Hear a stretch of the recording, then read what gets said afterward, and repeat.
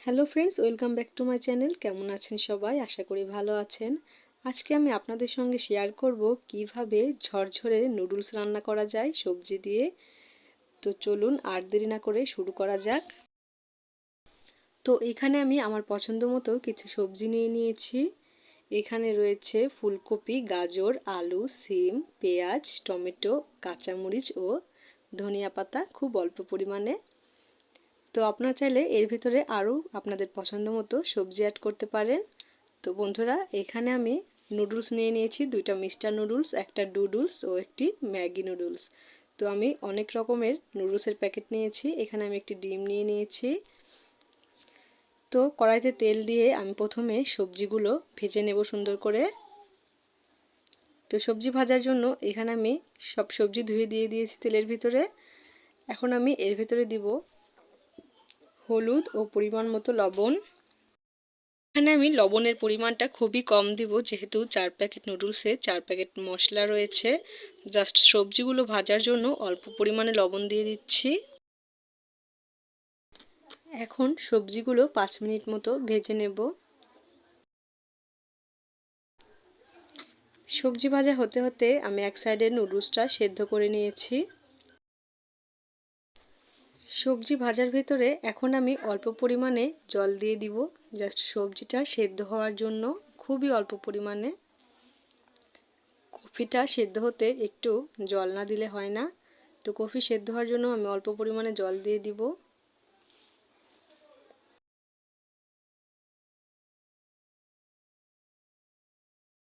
সবজিটা প্রায় ভাজা হয়ে এসেছে। এখন আমি সবজিটা সাইড করে রেখে এর ভিতরে আরেকটু তেল দিয়ে তার ভিতরে একটি ডিম ভেঙে দিলাম।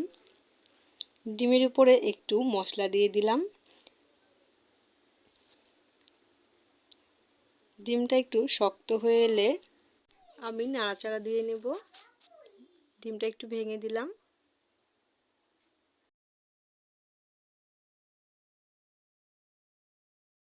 ডিমের সঙ্গে সবজিও ভাজা হয়ে গিয়েছে। এখন আমি সেদ্ধ করে রাখা নুডলসটা দিয়ে দিব।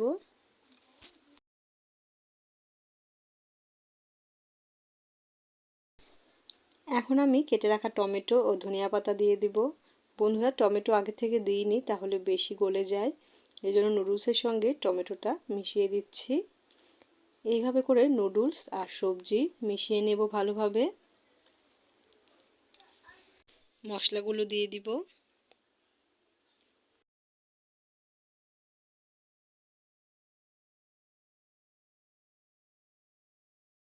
এখন ভালোভাবে মিশিয়ে নিলেই তৈরি হয়ে যাবে ঝরঝরে মজাদার নুডলস।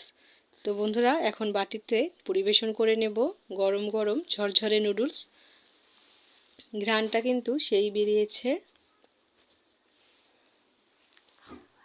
খুব সহজেই এই নুডলস অল্প সময়ের ভিতরে তৈরি করে নিয়ে নিলাম। তো সন্ধ্যার নাস্তা বা বাচ্চাদের টিফিনে এরকম নুডলস হলে কিন্তু খারাপ হয় না। তো খেতে সেই হয়েছে বন্ধুরা। তো এখন বাচ্চাদেরকে সুন্দরভাবে সস দিয়ে সাজিয়ে দিলাম। বাচ্চারা মজা করে খেয়ে নিল। তো ভালো লাগলে অবশ্যই বাসায় ট্রাই করবেন। ভালো থাকবেন সবাই।